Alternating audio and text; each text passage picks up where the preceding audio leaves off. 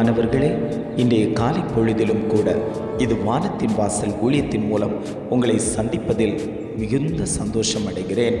துக்கத்தோடு இருக்கிறீர்களா? வியாகுலத்தோடு இருக்கிறீர்களா? என்னுடைய துக்கம் எப்பொழுது சந்தோஷமாய் மாறும்? நான் அனுதினமும் துக்கத்தோடு என்னுடைய வாழ்க்கையை நடத்த வேண்டி இருக்கிறது. என்னுடைய துக்கத்தில் பங்கெடுத்து கொள்வதற்கு கூட ஒருவரும் இல்லாத நிலையில் தள்ளப்பட்டிருக்கிறேனே. என்னுடைய இந்த வியாகுலம், என்னுடைய இந்த மன வருத்தம் எப்பொழுது மாறும் என்று தேவ சமூகத்தை நோக்கி பார்த்து கொண்டிருக்கக்கூடிய ஒவ்வொரு ஜனங்களையும் பார்த்து ஆண்டவர் சொல்லுகிறார், உங்கள் துக்கம் சந்தோஷமாய் மாறும் என்று ஒவ்வொரு குடும்பத்தையும் பார்த்து ஆண்டவர் வாக்கு கொடுக்கிறார்.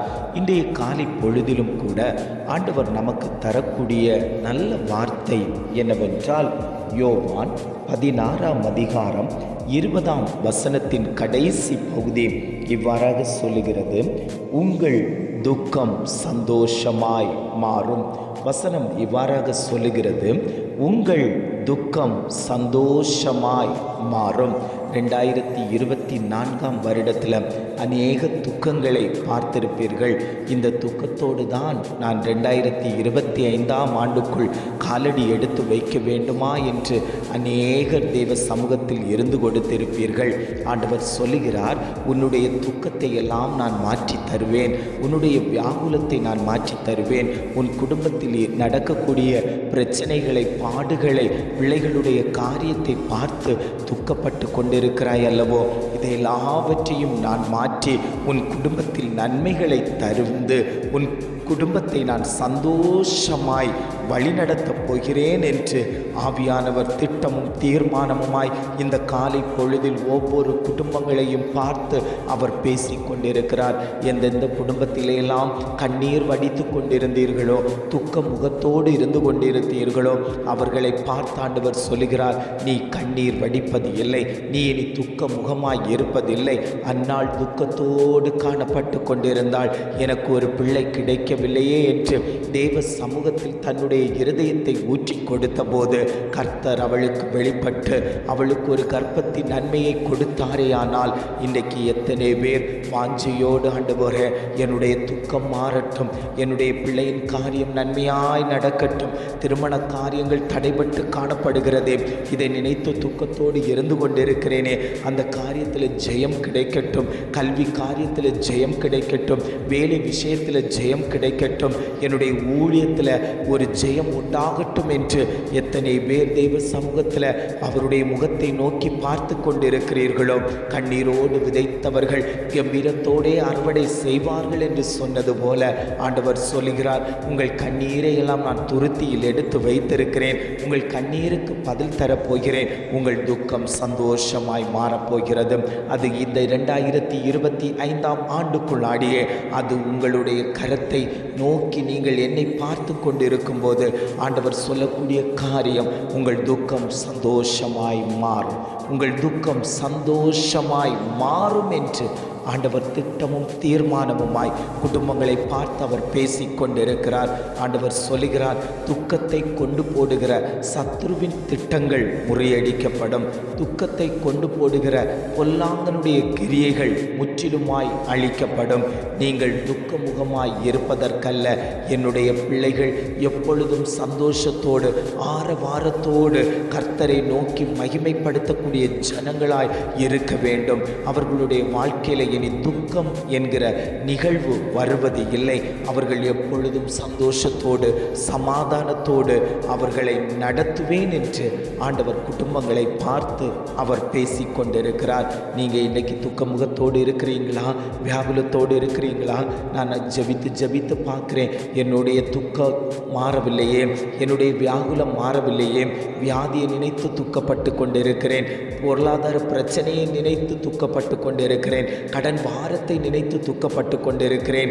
இப்படி ஏதாகிலும் ஒவ்வொரு நாளும் துக்கத்தோடே என்னுடைய நாட்களை கழிக்க வேண்டியிருக்கிறதேன்னு சொல்லி அநேகர் கண்ணீர் வடித்து கொண்டிருக்கிறீர்கள் அல்லவோ. ஆண்டவர் சொல்லுகிறார், உங்கள் துக்கம் மாற்றப்படும், உங்கள் துக்கத்தை நான் மாற்றி தருவேன், கடன் பாரத்திலிருந்து விடுதலை தருவேன், பிரச்சனைகளிலிருந்து விடுதலை தருவேன், போராட்டத்தில் இருந்து விடுதலை தருவேன். உன் பிள்ளைகள் மேன்மையாய் இருப்பார்கள், உன் குடும்பம் மேன்மையாய் இருக்கும். நீ சோர்ந்து போவதற்கல்ல, நீ பலனிழந்து போவதற்கல்ல, உன்னை நான் உயர்த்தி காட்டுவதற்கு சித்தமுள்ளவராய் நான் இன்றும் ஜீவனோடு உன் மத்தியில் உலாவிக் கொண்டிருக்கிறேன். அதனால் மகளே, மகனே, நீ துக்கத்தோடு இருக்காதே. உன்னுடைய துக்கத்தை எல்லாம் மாற்றி தருவதற்கு நான் உன் மத்தியில் வாசம் பண்ணி கொண்டிருக்கிறேன்.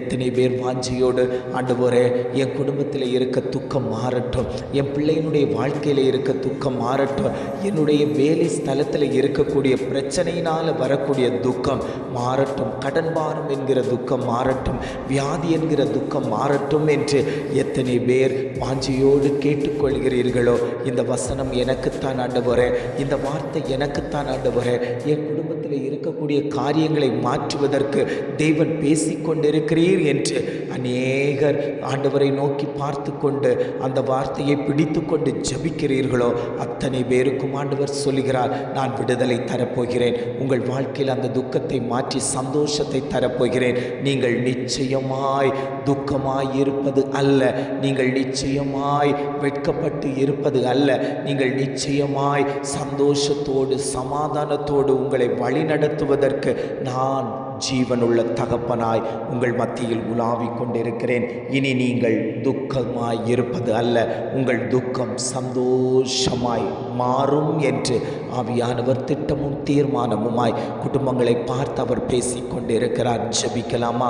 அன்பின் பரலோக பிதாவே, இந்த காலை பொழுதுக்காக நாங்கள் உம்மை துதிக்கிறோம், ஸ்தோத்தரிக்கிறோம். ஆண்டவரே, இந்த காலை பொழுதிலும் கூட ஆண்டவர் எங்களுக்கு தந்த நல்ல வார்த்தைக்காக நாங்கள் உமக்கு நன்றி செலுத்துகிறோம். உங்கள் துக்கம் சந்தோஷமாய் மாறும் என்று சொல்லி அழகான ஒரு வாக்கு தத்தத்தை தந்திருக்கீங்க ஆண்டவரே. இந்த 2025ஆம் ஆண்டில் எங்கள் துக்கங்கள் சந்தோஷமாய் மாறட்டும் ஆண்டவரே. சிரித்து பல நாட்கள் ஆகிறது, என் குடும்பம் துக்கத்தோடே இருந்து கொண்டிருக்கிறது. ஆனாலும் கர்த்தர் எங்கள் குடும்பத்தில் வரும்போது அந்த துக்கம் மாற்றப்படுமே, எங்கள் குடும்பத்தில் சந்தோஷம் உலாவுமே என்று ஆண்டவரை நாங்கள் உம்மை நோக்கி பார்த்து கொண்டிருக்கிறோம். உம்மை நோக்கி பார்க்கிறவர்கள் வெட்கப்பட்டு போவது இல்லை என்று சொன்னது போல ஆண்டவரை, நாங்கள் வெட்கப்பட்டு போகக்கூடாது.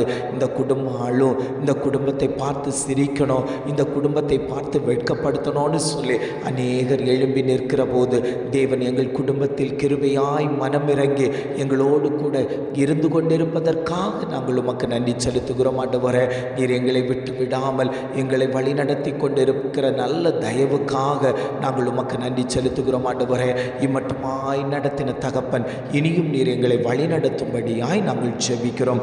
எங்களை தாழ்த்தி தருகிறோம். துதி கன மகிமை எல்லாம் உமக்கே செலுத்துகிறோம். மீட்பர் இயேசுவின் மூலம் ஜெபம் கேளும் நல்ல பிதாவே. ஆமேன், ஆமேன்.